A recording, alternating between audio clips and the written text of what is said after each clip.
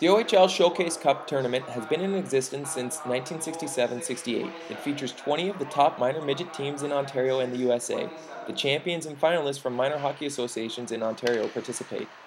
The Toronto Young Nats have won the tournament a record 7 times, the last time coming in '03.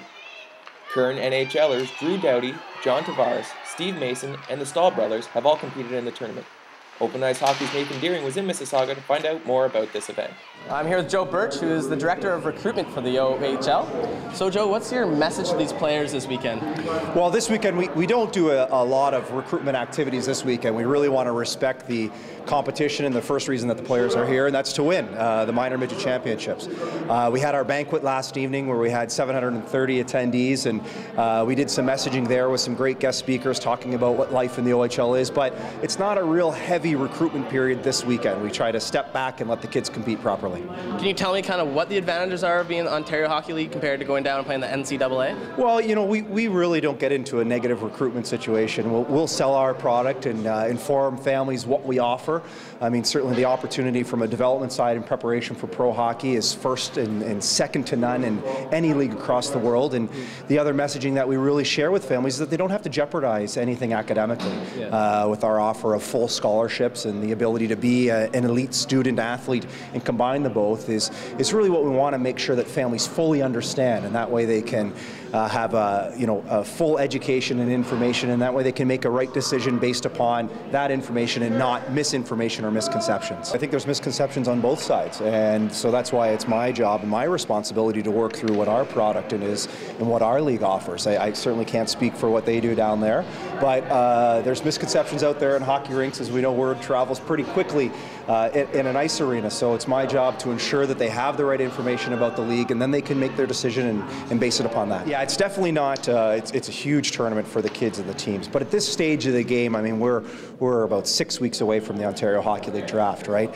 A lot of our time with the players and the families was spent prior to, so from about mid-August until mid-February type thing is really the heavy recruitment period. So at this time of the year, we really try to, as I say, step back and allow the players and the families and the teams to compete for what they're here for first. Well, I think in most cases it only helps players. I've heard it from our scouts, who are the experts, of course, that players that are highly regarded that come here, if they don't have a great tournament, it doesn't really affect them in an adverse fashion. But boy, there's a lot of players who suddenly maybe they haven't noticed all year, or maybe they've been out for a while with an injury, or whatever the case may be, and so it only serves to help and enhance a player's opportunity going forward. Is it kind of a hit and miss of what players actually come out of here into like the OHL draft coming up here? Well, I mean, it's a daunting task for our scouts to try and project what a 15, 16-year-old player ultimately will be. It's no different than the NHL at age 18 trying to figure it out. So, I mean, it's not an exact science. There's all sorts of mistakes, and I think that's something we always tell our players, that, hey, if you get drafted late or if you don't get drafted, it's not the end of the road. Players develop at different times, and like I say, our teams, our scouts make mistakes, some good, some not so good. So it balances out at the end of the day, and you just got at this age tell the players to continue to follow their dream. I'm here with Robert Kashmir, who is the Director of Central Scouting for the OHL here. How important is this tournament to the prospects coming to it? You know what, like most events this year, it is important. The one thing is it's right before the draft. It's the last tournament of the year, so it's the one last shot for these guys to make an impression on the scouts, and also to perform with their teammates one last time. Does this really affect where they end up in the draft?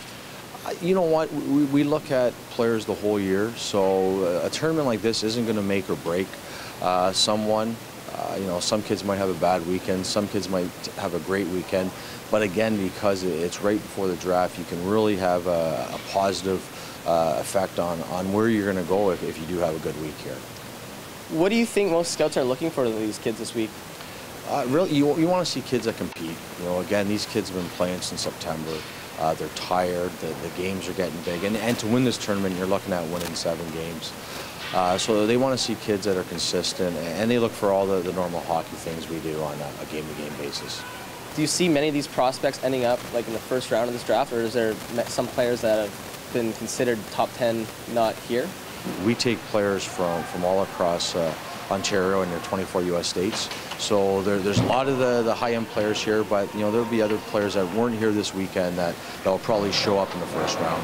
Do you think size is still a huge factor when they're looking at these kids, when they're still kind of going through puberty, still kind of growing? Size, compared to 10 years ago, size isn't a very big factor anymore. The reality of the game, the speed of the game, the skill that we play at now, more so today, you'll look at a kid that isn't a traditional 6-foot player. Today's game's about speed, and that's one thing we really concentrate on. All right, well, thanks for doing that with me, Robert. I'm Nathan Deering for Open Ice Hockey.